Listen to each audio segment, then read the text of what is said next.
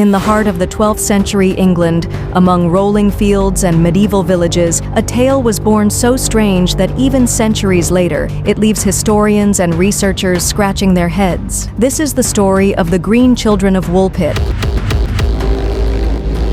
A story filled with mystery, tragedy, and theories that stretch beyond the limits of human imagination. It all began in the sleepy village of Woolpit, Suffolk. The name itself, derived from wolf pit, hints at a wilder time when wolves roamed free and farmers dug deep traps to protect their livestock. It was near these ancient pits that two children, a boy and a girl, were discovered by villagers, a discovery that would forever alter the course of local lore and spark global intrigue centuries later. The children were immediately striking, not because they were dirty or scared, which would be expected, but because their skin was unmistakably green. It wasn't a trick of the light, nor a smear of moss or mud. It was a natural green hue covering them from head to toe. Even stranger, they wore unfamiliar clothes made from unknown materials, and they spoke a language that none of the villagers had ever heard before. They were completely alien to everything and everyone around them. The villagers, uncertain and deeply religious, were both fearful and fascinated. They took the children to the home of a local landowner, Sir Richard de Calne, who decided to care for them. But the challenges were only just beginning. At first, the green children refused all food offered to them: meat, bread, fruits. They rejected everything. Their refusal to eat lasted so long that the villagers feared they might waste away. It wasn't until they were presented with raw broad beans, still in their pods, that they finally accepted sustenance. They didn't just eat the beans, they devoured them hungrily, as though they were the only food they had ever known. As days turned into weeks, the children began to adjust to their new life. Gradually, their skin lost some of its green hue. Was it the result of better nutrition, or was it something else, something stranger, hidden deep within their bodies or their origins? Tragically, the boy grew weaker despite the improved conditions. He fell gravely ill and, within a few months, died. His sister, however, survived. Over time, she learned the English language and began to reveal fragments of the mysterious world from which she and her brother had come. She spoke of a land called St. Martin's Land.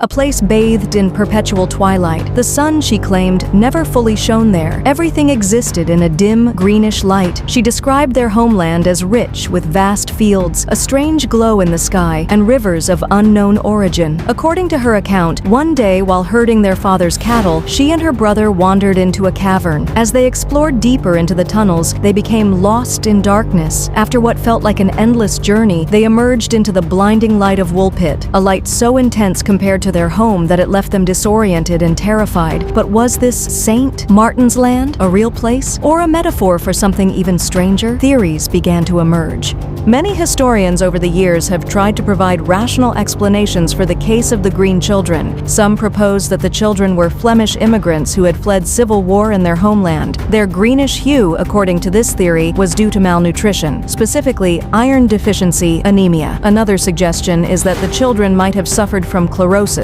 a condition that can give the skin a greenish tint and is often linked to poor diet. But even if we accept these medical theories, they don't explain everything: the unknown language, the strange clothing, or the tale of an underground world. Why would two children invent such a bizarre story, especially at such a young age? Why would they describe a sunless world if they simply came from a neighboring region? The girl's description of St. Martin's Land mirrors countless myths and legends about subterranean civilizations. Throughout history, many cultures have whispered of hidden worlds beneath our feet. The Greeks spoke of the underworld, a shadowy realm beneath the earth's crust. Tibetan legends tell of Shambhala, a hidden land inside the earth where enlightened beings dwell. Native American myths speak of star people who lived underground to escape disaster. Could it be that the Green Children were travelers, perhaps accidental ones, from one of these hidden worlds? The idea of vast cave systems beneath the surface is not pure fantasy. Modern spelunkers have mapped networks of caverns stretching for hundreds of miles. Some theories even suggest the Earth's crust could house isolated ecosystems completely cut off from the surface.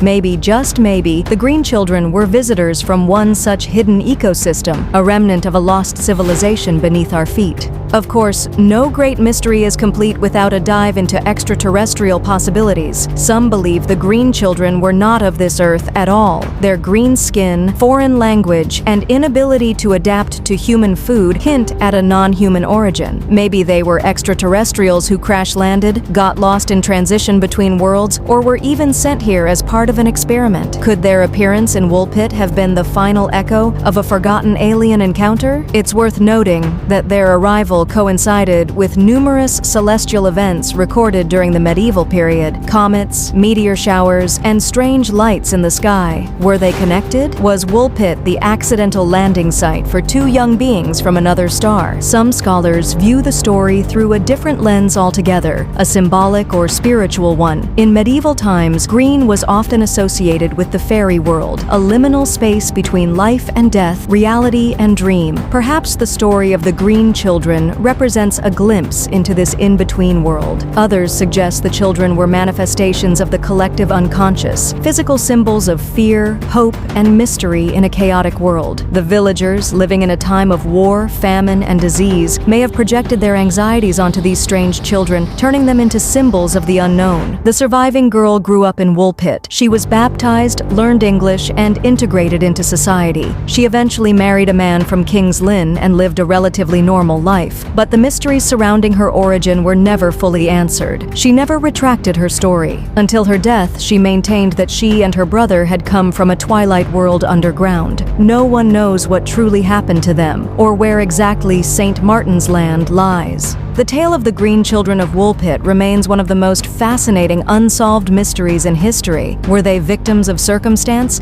products of a malnourished and war-torn world? Or were they something far stranger, visitors from a hidden civilization beneath our feet, or even from the stars above? Centuries later, we still have no definitive answers, but perhaps that's the magic of the story. It forces us to confront the limits of our understanding. It reminds us that the world is vast, mysterious, and filled with secrets that no amount of science or skepticism can fully explain. Maybe, somewhere deep below the surface of the earth, the twilight land of St. Martin still waits, hidden, silent, and untouched by time.